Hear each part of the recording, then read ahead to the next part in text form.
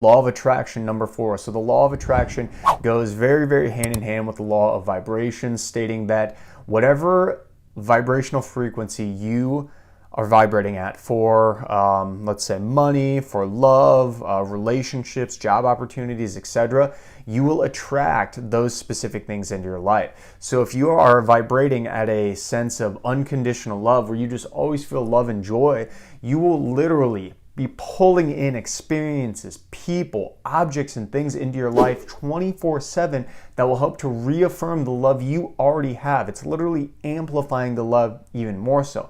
If you're on the opposite polarity spectrum of fear, for example, and you're always worried about my car breaking down, or my boyfriend breaking up with me, or all these different things, you are going to be vibrating at that specific consciousness level, and you're going to be pulling experiences that your car is just going to keep breaking down, or every boyfriend that comes into your life or partner comes into your life is just going to break up with you. That's literally how this stuff works, okay?